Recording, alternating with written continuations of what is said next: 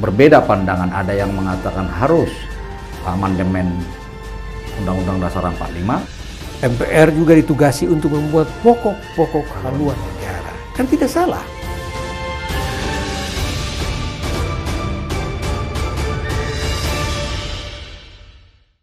Salam hangat buat seluruh sahabat Monitor Indonesia dimanapun berada. Saat ini kita akan membahas pokok-pokok haluan negara yang sedang hangat di publik maupun di elit politik dan pemerintah. Arah kemana ini pokok-pokok haluan negara ini dan tujuannya apa? Karena kalau kita mengingat bahwasanya di zaman Orde Baru ada garis-garis besar haluan negara sebagai acuan pemerintah dalam menjalankan programnya. Saat ini pemerintah reformasi sedang mencanangkan PPHN sebagai landasan berpikir dan bertindak 5 tahun ataupun selama periode presiden yang terpilih. Saat ini kita bersama dengan Prof. John Peris. Beliau salah satu tokoh reformasi juga yang mengetahui sejarah reformasi dan bagaimana perkembangannya dan menjadi anggota DPD dan saat ini menjadi guru tetap di Universitas Kristen Indonesia, S2 dan doktoral.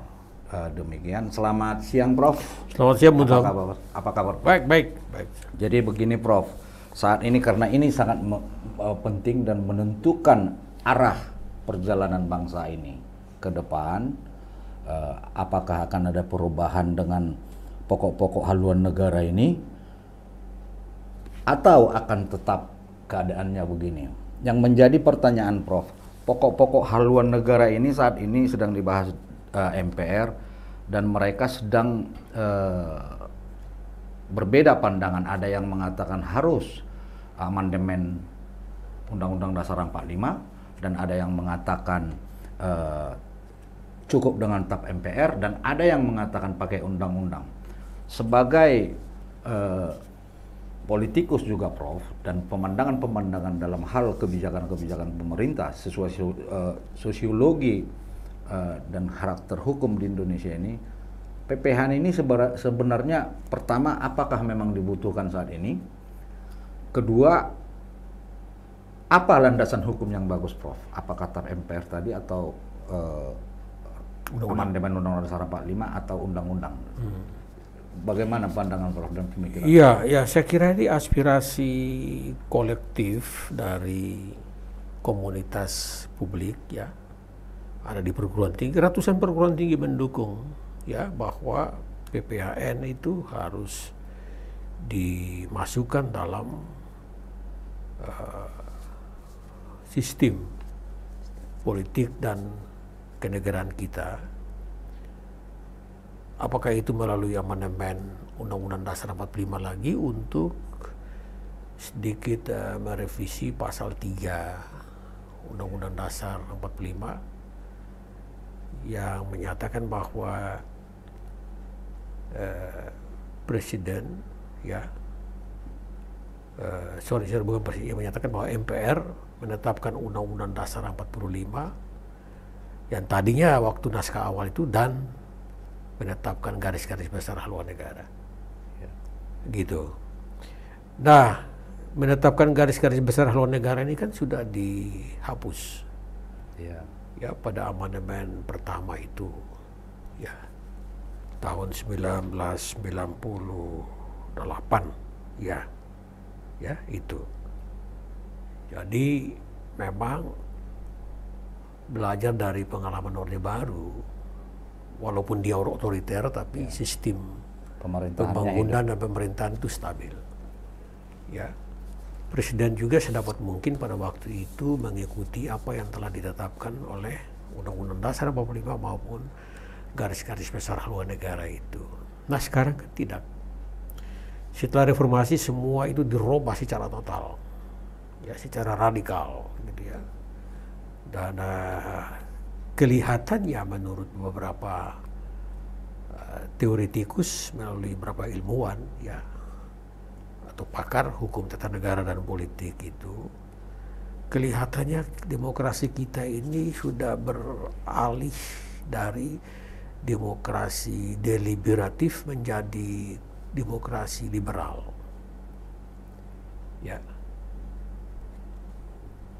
Akibat dari perubahan pertama, 2 dan 3 serta 4 Undang-Undang Dasar 45 itu, sejumlah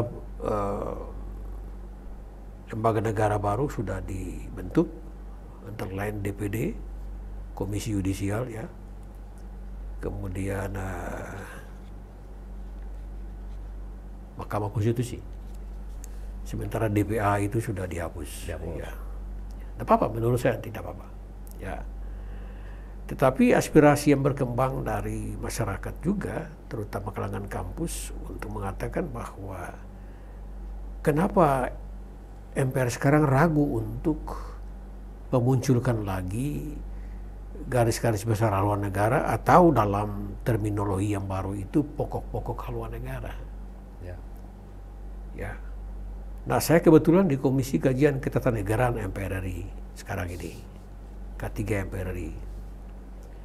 K3 MPR RI dan Badan Pengkajian MPR sudah membahas ini tuntas, konsep pokok-pokok haluan negara.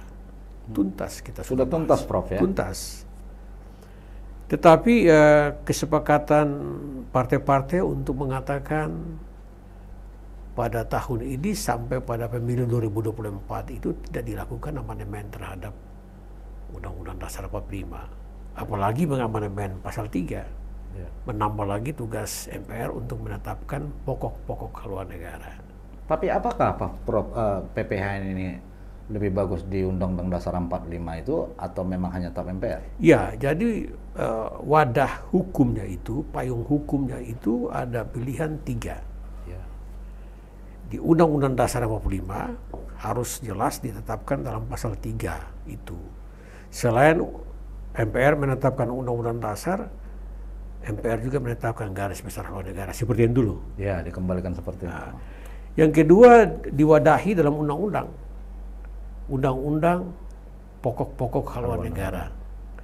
Yang ketiga diwadahi dalam keputusan MPR. Bukan ketetapan. Keputusan.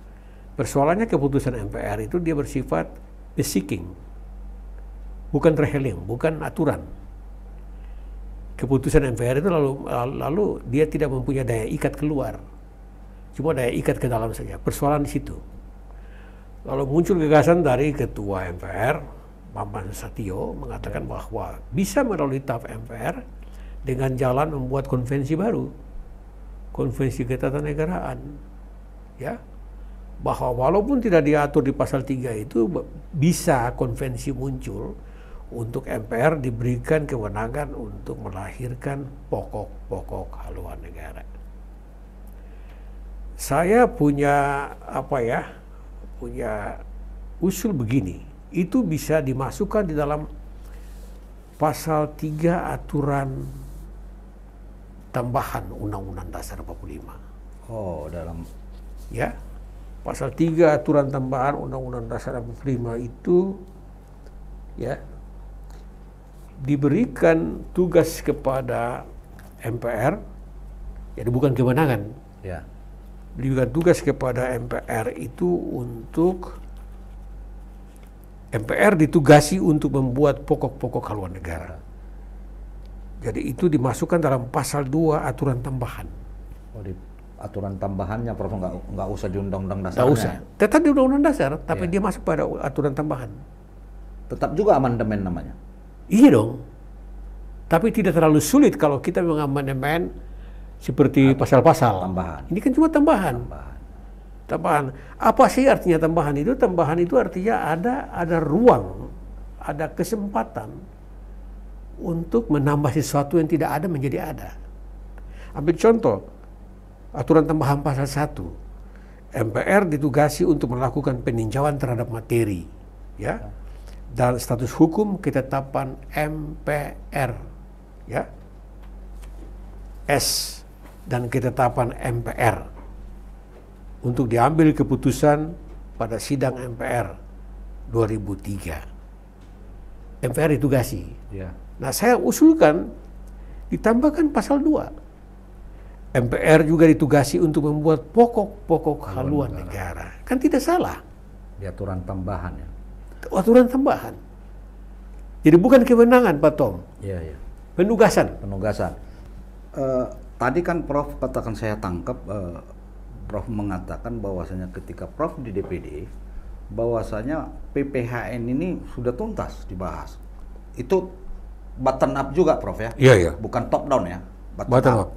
Nah, artinya kalau ini sudah selesai dalam waktu yang begitu lama nganggur, tidak dibahas, tiba-tiba saat ini dibahas sama MPR yang berikut ini dan DPD. Pertanyaannya kira-kira begini, Prof. Kalau sudah tuntas yang mau mereka bahas ini sekarang, apalagi? Kenapa tidak itu saja yang dilanjutin lalu disahkan? Apapun nanti bentuk aturannya, sekalian memperkuat DPD-nya. Iya, iya.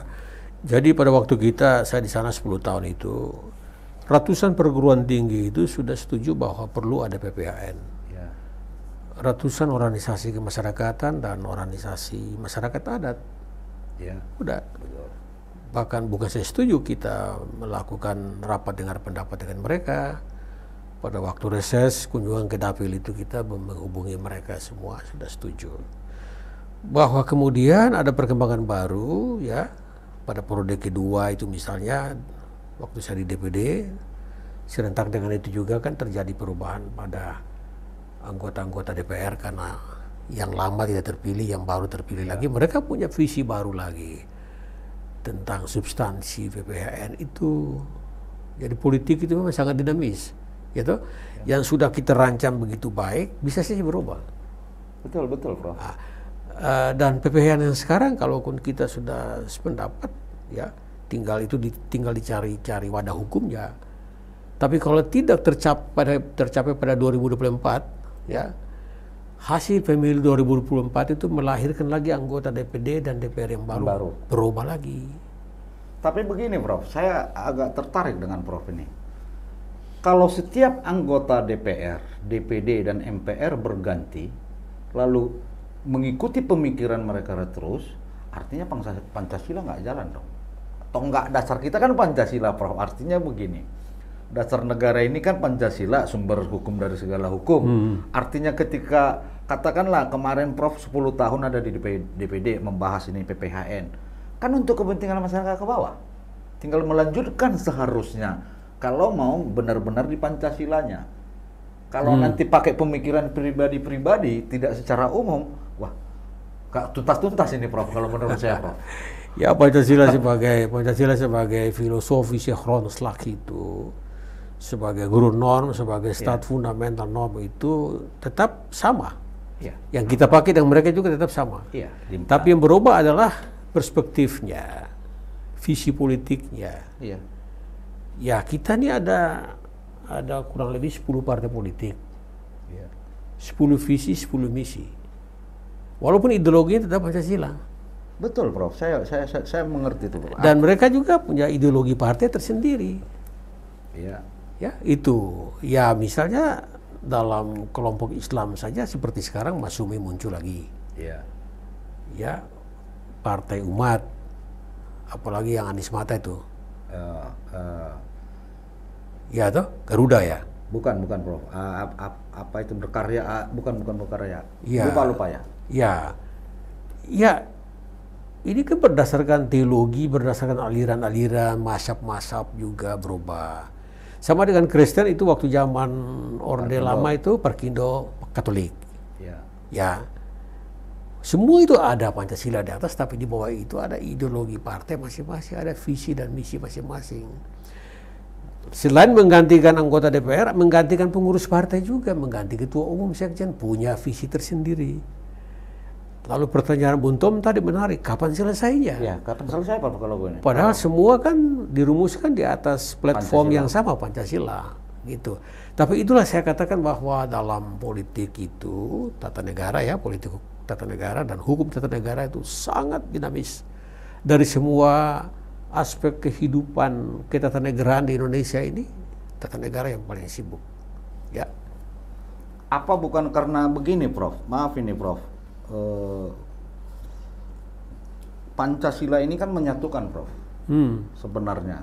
Jadi makanya dia ketuhanan yang Maha Esa itu kan karena kala itu pun dari founding fathers negara ini meyakini apapun cara yang kau lakukan untuk menyembah Sang Halik, kita berbeda-beda, ada kejawen, ada apa, tapi ternyata menurut dia itu tetap aja Tuhan yang Maha Esa. Kan kira-kira begitu sebenarnya ini, Prof.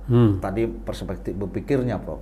Persoalan yang terjadi kan perspektif pemikiran yang ketika Prof di sana dengan teman-teman Prof 10 tahun itu kan buat rakyat. Nah, yang ini kan buat rakyat juga. Nanti mananya yang berbeda kan kira-kira gitu, Prof. Kalau kita lihat sekarang ini ya jujur aja, Prof. Kalau kita mundur belakangan ini terlebih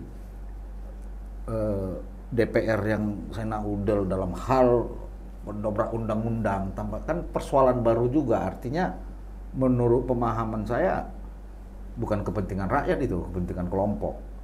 Jadi yang kita kejar itu kira-kira begini, Prof. Nanti jangan-jangan isi PPHN ini, kalau saya tangkap apa yang Prof katakan ini, tinggal mau memasukkan kepentingan partai dan kelompok-kelompok tertentu, karena di sana kan sudah ada kepentingan rakyat di awal. Yang kita jaga jangan ini tergerus. Jadi ujung-ujungnya PPHN ini hanya kepentingan pemerintah dan elit politik, sementara kepentingan rakyat, seluruh rakyat Indonesia jadi tertinggal. Iya, sebetulnya kepentingan rakyat itu yang diutamakan sesuai dengan pasal 1 ayat 2 Undang-Undang Dasar 45, kedaulatan ada di tangan rakyat. Rakyat yang tadinya kita garap 10 tahun lalu itu, ketika saya di parlemen itu kan adalah rakyat yang berdaulat. Betul. Mereka memiliki kedaulatan berpikir juga, kebebasan berpikir, ya. Ya, rakyat itu juga ada di kampus-kampus, ada di organisasi sosial, politik, organisasi kemasyarakatan, organisasi keagamaan, ya toh? Ya. Tapi nanti muncul lagi konfigurasi politik baru hasil dari pemilu, ya, anggota DPR yang baru, anggota DPD yang baru, ketua umum partai yang baru berubah kembali. Saya kurang tahu mendapat bisikan dari mana, tapi tetap berubah. Kecenderungan manusia Indonesia seperti itu, tidak konsisten memang. Ya, itu makanya saya bilang, Prof. Artinya kan begini, kalau kita lihat jangka waktu yang dilakukan MPR sekarang ini begitu singkat, Prof, untuk membahas PPHN ini. Sedangkan Prof hampir 10 tahun melakukan studi banding, meminta masukan atau diskusi-diskusi untuk mematangkan ini dengan rakyat ke daerah-daerah, karena dia kan bukan top down, bottom up. Kalau ini kan jadinya top down. Artinya apa? Apa yang diputuskan MPR ini, kalaupun mengikuti apa yang sudah dibahas MPR sebelumnya, tentu kan singkat waktunya, Bro. Karena September berarti mereka mengatakan ini sebelum tahun 2024 sudah selesai. Berarti jangka waktu yang mereka pergunakan untuk membahas PPHN ini sangat singkat, Bro. Harusnya sudah dimulai di awal. Iya.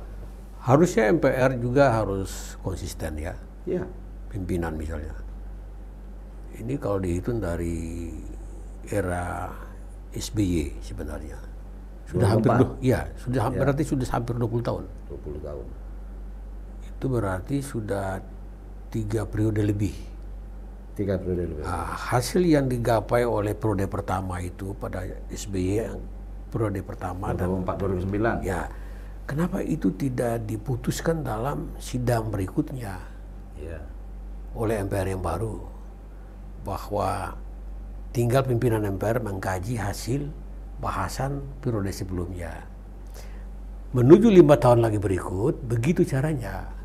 Supaya sebetulnya sekarang itu bisa diputuskan. Sinkron jadinya terus. Iya. Bahwa ada perubahan-perubahan bisa saja terjadi.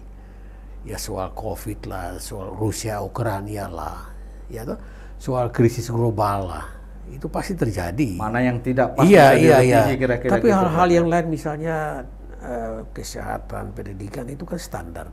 Ya toh, infrastruktur itu kan standar semua itu ya. Ya, ideologi tetap sama. Apapun tetap Pancasila, kan begitu. Nah, tapi itulah dinamika politik ketatanegaraan kita memang. Jadi hukum tata negara itu termasuk putusan MPR itu kan hukum tata negara juga, mengikuti dinamika itu. Persoalan kita masih di situ, Tom. Kita terlalu memperhatikan aspek proseduralnya dan aspek konsensus-konsensus politiknya. Ambil contoh saja. Kalau 8 fraksi sudah di koalisi kuat ini, ya toh, koalisi kabinet gotong royong ini di bawah pimpinan Pak Jokowi, ya. sebetulnya sudah selesai. Sidang MPR bisa putuskan. Cuma mereka mengatakan begini, khawatir kalau dibuka keran politik untuk ada amandemen kelima, berarti kita buka kotak Pandora untuk orang memasukkan isu baru. 3 periode misalnya, penundaan pemilu misalnya, dan seterusnya lagi. Nah, itu kan berbahaya. Betul. Berbahaya di mana, Pak? Saya kira tidak berbahaya. Tinggal dikomitmenkan secara kuat oleh 8 partai ini, partai penguasa ini. Yang 2 di luar itu kan tidak, PKS dan Demokrat. Pasti kalah juga. Kalau dipaksa kan kalah juga. Tapi kenapa lalu dia yang tadi sudah membeku itu lalu dia cair lagi? Ya itulah politik. Nggak bisa dipegang itu politik. Karena memang di zaman sekarang ini banyak pasal-pasal siluman itu yang membuat khawatir juga rakyat, Prof. Dalam hal pembahasan perundang-undangan, apalagi nih. Katakan seperti yang Prof katakan tadi, setelah reformasi amandemen pertama, pasal 3 itu langsung dihapus. Jadi tidak diperhitungkan dulu, seandainya itu tetap pun ganti nama dia kan tidak masalah, Prof. Jadi kan kalau saya sebagai rakyat melihat, ya itu karena kedengkian. Sementara kalau dilihat sistem yang Prof katakan tadi, pemerintahan Orde Baru itu kuat, yang menjadi persoalan pemimpinnya otoriter karena berkuasa penuh dia. Sebenarnya kan hanya itu kelemahan dari Orde Baru, dengan lembaga-lembaga negara yang ada dirubah. Sistem itu aja sebenarnya yang dirubah. Nah, memang sangat banyak sekarang pemikiran-pemikiran liar di masyarakat. Kalau nanti amandemen kelima dilakukan, akan banyak perubahan. Katakan seperti yang Prof tadi itu, memang itu sudah jadi pembahasan juga di publik, terlebih aktivis. Dan yang dituduh itu kan itu keinginan presiden untuk tiga periode. Belum tentu juga kan. Ini persoalannya kan, kalau saya tangkap apa yang Prof katakan itu kan kepentingan politik. Nggak mungkin kepentingan politik seseorang yang bisa berhasil di negara, harus kelompok. Iya.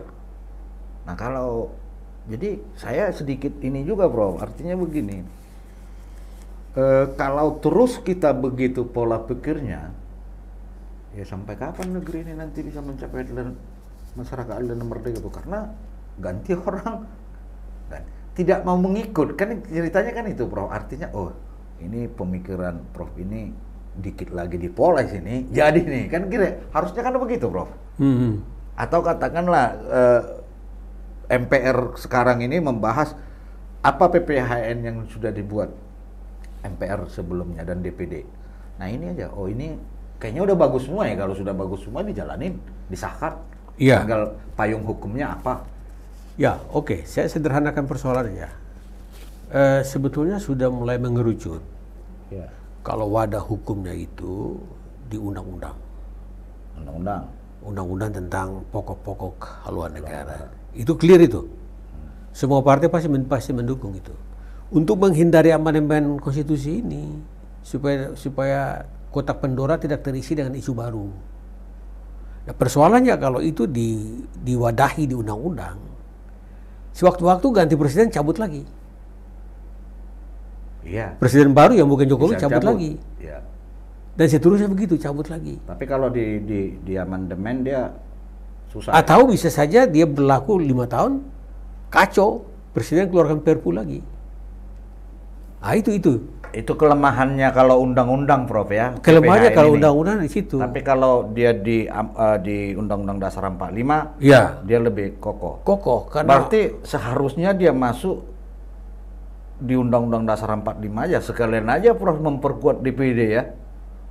Kalau toh fungsinya, sekaligus. Ya kalau toh itu dimungkinkan, iya.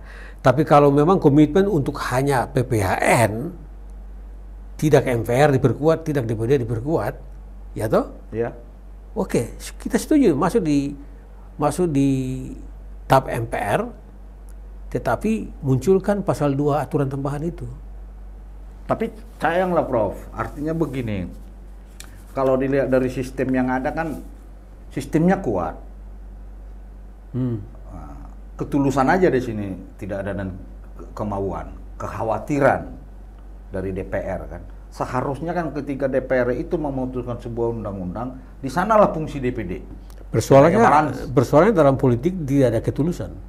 Ya harus dong Prof, karena ya itu idealnya, itu etika. Itulah keunikan Indonesia Prof dengan Pancasilanya kan sebenarnya. Iya. Kalau berdasarkan keunikannya kan di sana Prof. Berdasarkan pembukaan itu ya sebagai stat fundamental norm itu oke, perlu ada ketulusan, keikhlasan, kejujuran, keadilan, kebenaran. Tapi dalam prakteknya enggak. Ya itu yang saya bilang sama Prof. Artinya kan masih melenceng jauh. Jadi kalau apa yang Prof katakan itu, kalau DPR dan DPD seimbang, MPR-nya akan kuat. Sistem pemerintahannya akan kuat. Karena kita lihat contoh Prof. Seperti Undang-Undang Cipta Karya. Coba kalau dilibatkan DPD. Lalu Undang-Undang Cipta Karya, RKUHP. Karena kan begini Prof, perbedaan dari DPR, anggota DPR ini yang melalui partai, sedangkan DPD kan langsung dia. Meskipun ada juga anggota DPD itu yang berkolaborasi dengan partai, tapi kalau dilihat kebebasan dan yang murni dipilih oleh rakyat secara langsung ya DPD. Sebetulnya DPD dilibatkan juga cuma dalam pertimbangan saja. Iya, kan dia tidak bisa memberikan atau membantah kurang, kan nggak bisa. Dalam pembahasan tahap pertama persetujuan dan tidak toh dia tidak ikut, sehingga dia tidak bisa mengawal itu. Kecuali kita amandemen lagi. Ya makanya ya dia amandemen aja. Ini yang susah.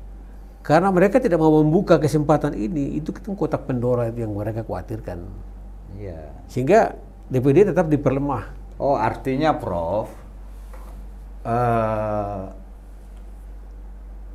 Undang-Undang Dasar tidak diamandemen untuk memasukkan PPWN ini, ada dua dong berarti agenda yang dikhawatirkan. Kelompok DPD nanti memanfaatkan, sedangkan partai ataupun kelompok tertentu memanfaatkan 3 periode. Iya. Padahal satu ini kan positif. Saya sangat yakin juga Prof, begitu DPD ini dikasih kekuatan, hak dalam hal sebagai balancing terhadap keputusan-keputusan DPR. Kan artinya bersama, dia bertukar pikiran, bukan juga menolak untuk mengambil satu keputusan. Akan lebih kuat negara ini. Idealnya begitu memang. Ya, itulah. Tapi mereka tidak mau. Ya itu berarti kan kalau kita ikutin ini Prof pembincang kita ini, ya hanya kita dua dong yang paham dengan Pancasila. Kan ini tujuannya kan ke sana. Iya. Karena kalau dirunut dari Pancasila, ketuhanan, kemanusiaan, persatuan, kerakyatan, itulah tentang parlemennya, baru tujuan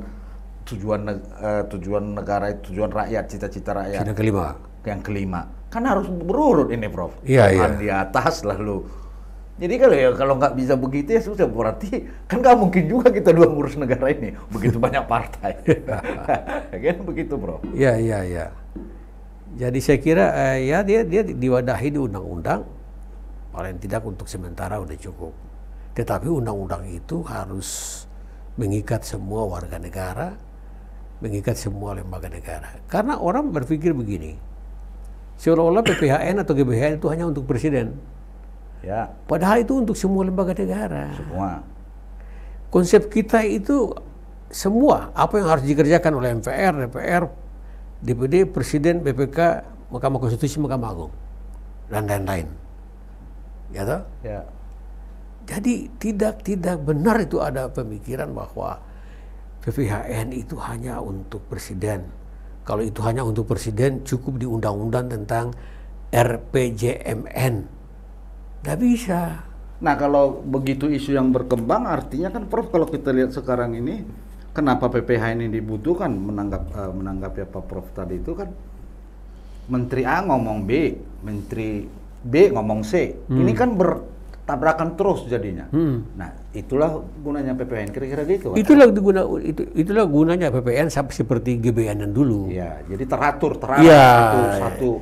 Ya, jadi ketika mau merumuskan kebijakan-kebijakan strategik itu, acuannya itu di GBHN, strategis per kementerian lembaga ya, acuannya itu GBHN. GBHN itu mengacu kepada Undang-Undang Dasar dan tentu saja pembukaan. Ya, toh alinea pertama sampai dengan keempat. Itu sudah betul. Ya, teori Hans Kelsen kan begitu. Ya, dan itu yang harus kita perjuangkan sebenarnya. Iya, memang harus itu.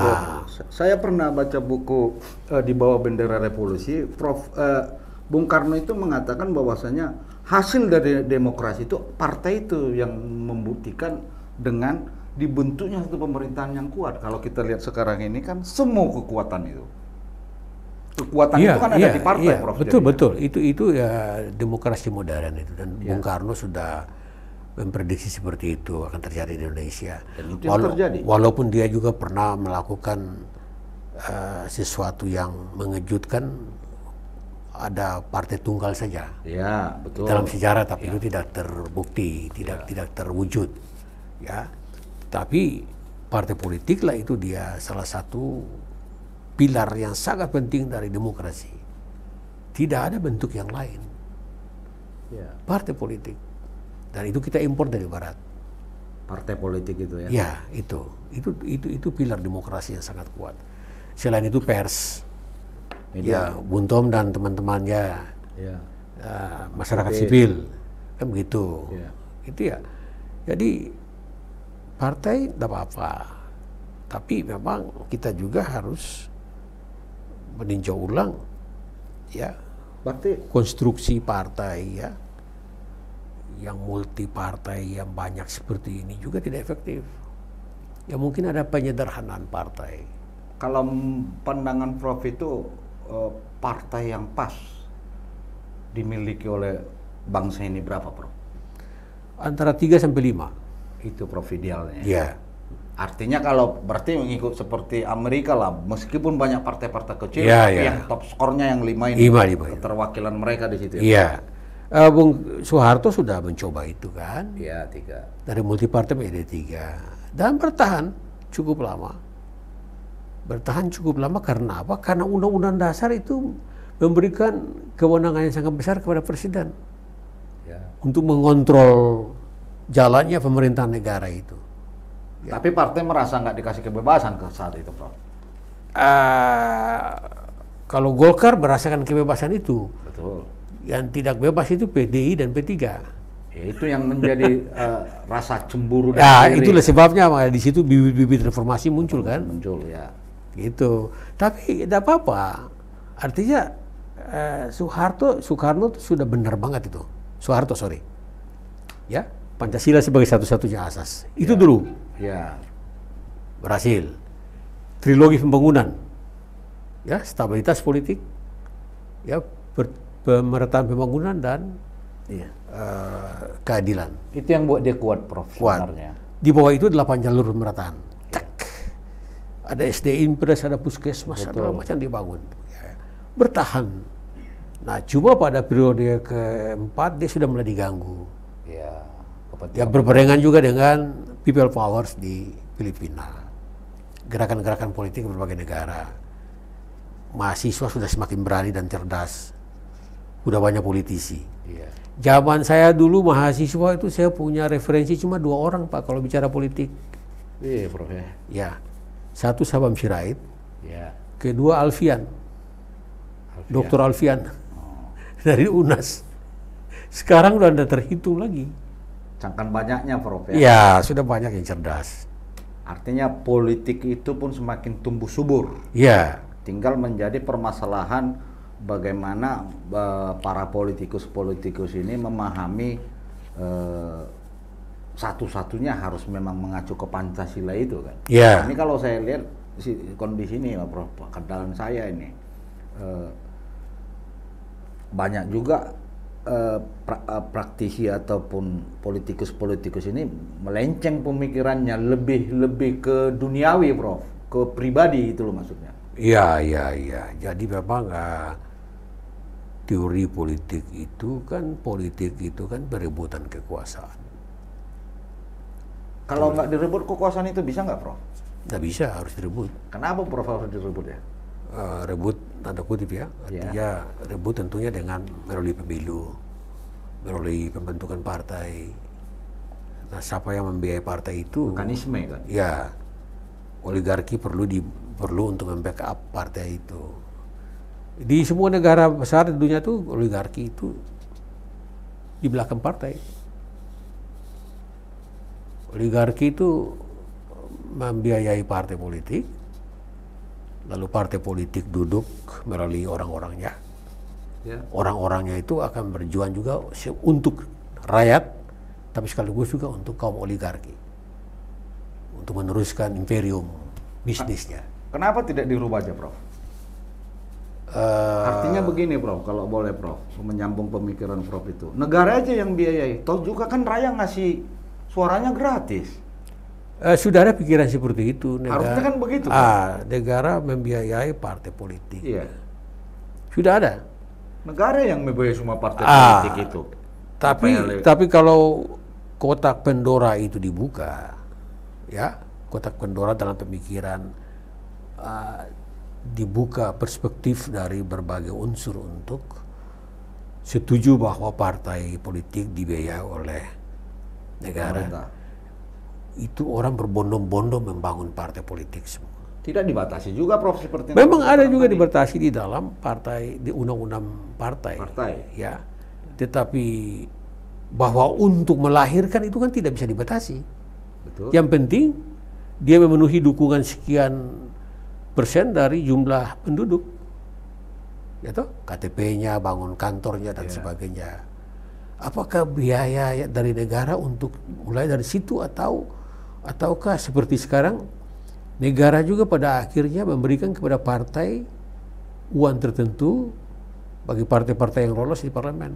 Ya kan sebenarnya kan kalau yang Prof katakan ini kan banyak mendirikan partai baru ini kan karena di endingnya kan dari hasil mengumpulkan suara rakyat itu kan dapat dari APBN. Iya. Nah, kenapa tidak kita balik dikomitmenkan dulu, Prof, kepada seluruh elit ataupun generasi muda ataupun aktivis bahwasanya partai itu memang dibatasi melalui undang-undang juga, Prof. Iya. Dibatasi hanya 5 tertinggi. Iya. Berarti kecuali kompetitor yang dilakukannya. Kecuali itu dibatasi dulu. Iya, harus dibikin. Nah, itu ada pada tangan Soeharto pada waktu itu karena Undang-Undang Dasar 45 memungkinkan hal itu terjadi bagi seorang presiden.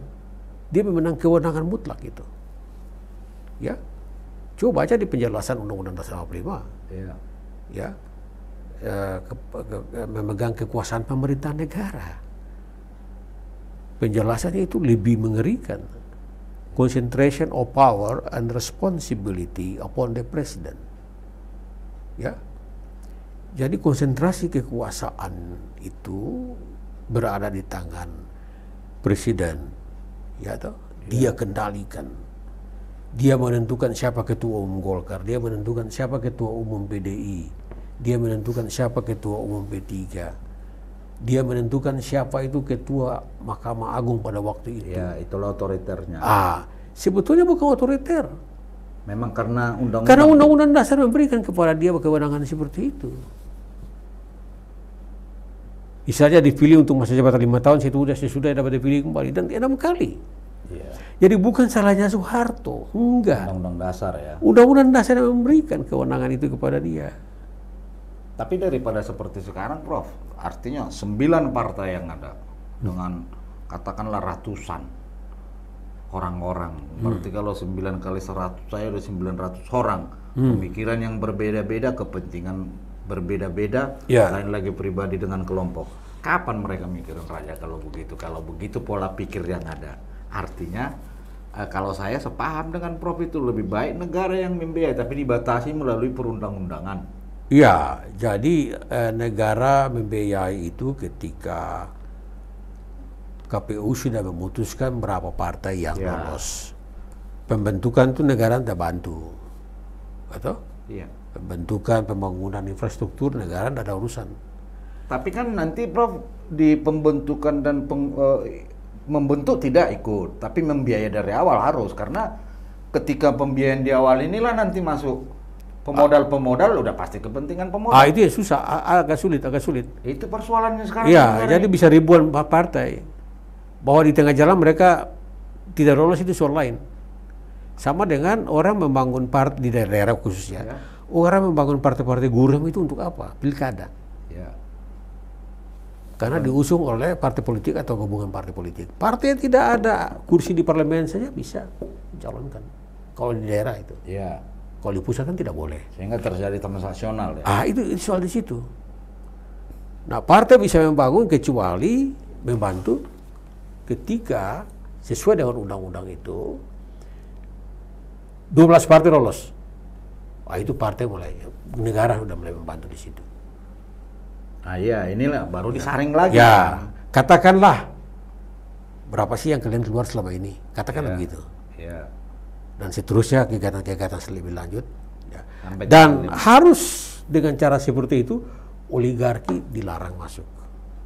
Ya, bagus juga ya, memang harus begitu, Prof. Gitu. Kalau tidak ada ketentuan seperti itu agak sulit. Trump itu oligarki. Uangnya banyak. Sudah diprediksi Trump lagi maju sebagai calon presiden dari Partai Republik. Bayangkan. Negara kita ini pun kan jadi terjebak di sana, Prof. Kayaknya itu sudah hukum alam kayaknya. Bertentangan dengan Pancasila, Prof, kalau begitu. Kalau menurut saya bukan orang alam. Sebenarnya hukum alam dalam pengertian bahwa dulu Aristoteles mengatakan itu sistem pemerintahan yang paling buruk kan demokrasi. Iya betul.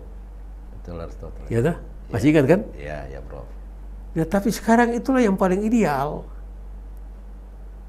Untuk berikan kebebasan kepada rakyat itu untuk memilih siapa presidennya, siapa partai politik yang pantas memimpin negara ini. Ya karena tidak ada. Kalau ganti partai politik dengan organ yang mana? Apakah suku-suku atau MRP atau kalau itu nanti kan bertentangan juga dengan Pancasila. Ya, ini kan sudah bagus, kan di tapi situ. Tinggal bagaimana mendesain dan memainkan dia lebih bagus. Iya. Itu yang sebenarnya yang dibutuhkan. Itulah betul. yang Prof katakan itu banyak hal. 12 baru yang 12 ini tidak bisa lagi berkembang. Justru dia makin merosot. Iya. Sebenarnya kan jadi 5. Kan ini kan kelihatan, Prof, sebenarnya. Kalau mau bersama, tapi seperti yang Prof juga di awal sudah mengunci bahwasanya kepentingan partai berbeda-beda, lalu nanti anggota dewan datang yang baru berbeda lagi. Iya. Jadi tiap 5 tahun kan kita berganti. Iya. Persoalan bangsa ini memang itulah, artinya memang masih dibutuhkan kesadaran dan pemahaman berpikir tentang Pancasila itu ya. Iya. Supaya betul di titik fokus dia. Betul. Karena kan ketuhanan, kemanusiaan, persatuan, kerakyatan, ini tentang parlemennya. Iya. Artinya spirit ketuhanan. Sebenarnya kan itu. Spirit ketuhanan itu harus dinampakkan dalam menyusun sistem, ya, kebijakan, ya, strategi dari partai politik dalam konteks bernegara itu. Ya, takut akan Tuhan lah seperti itu. Spirit kemanusiaan juga pada sila kedua, gitu. Kemanusiaan yang bagaimana? Kemanusiaan yang menurut Pancasila yang adil dan beradab. Tidak membeda-bedakan. Tidak menembak orang seenaknya. Ya. Seperti kasus terakhir begitu kan, begitu. Ya, spirit persatuan atau kebangsaan. Ya, bisa berbeda suku tapi satu bangsa. Kemudian spirit kerakyatan atau demokrasi itu, ya. Demokrasi yang dipimpin oleh hikmat kebijaksanaan dalam permusyawaratan. Ya kita bermusyawarah lah. Konsep PPHN ini sudah bagus, oke kita putuskan saja. Susah di mana? Atau tugaskan lagi satu lembaga kayak dulu untuk memfinalkan itu. Supaya tidak terjadi pemborosan anggaran negara untuk itu. Tidak mungkin ribuan orang itu ikut merumuskan, pilih 10 orang yang terbaik berdasarkan bidang-bidang itu, ya. Hukum, politik, ekonomi, sosial, pertambangan, ya, keagamaan. Tinggal pilih pakar-pakar yang tersohor untuk itu. Jadi dalam pandangan Prof, PPHN ini akan selesai tidak karena mengingat kepentingan-kepentingan yang begitu besar di luar ini? Kalau saya cepat lakukan konsensus politik, itu bisa diundang oleh presiden. Partai-partai politik bisa diundang oleh presiden, ya toh? Untuk dikonsensuskan bahwa PPHN itu diwadahi melalui undang-undang. Selesai. Gitu ya, Prof, ya? Selesai.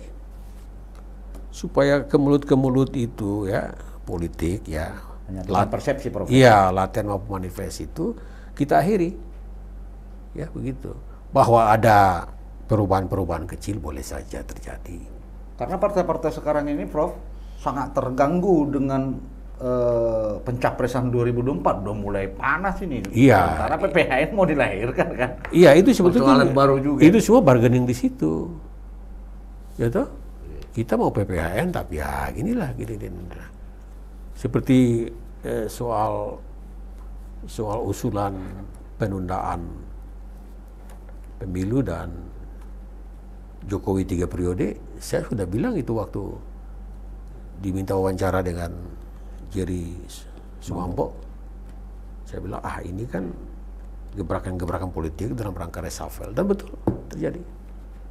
Terakhir ini, Prof, mengingat waktu, keterbatasan waktu yang kita miliki, pandangan Prof sekarang ini mengingat hasil pembicaraan tadi itu, apakah nanti PPHN ini disahkan demi kepentingan seluruh masyarakat Indonesia atau hanya bargain politik saja yang dilakukan oleh partai-partai? Iya, saya kira untuk kepentingan seluruh rakyat Indonesia, kemaslahatan, stabilitas politik, ya, keadilan sosial bagi seluruh rakyat Indonesia. Karena rakyat ini sebetulnya apa ya, kedaulatannya itu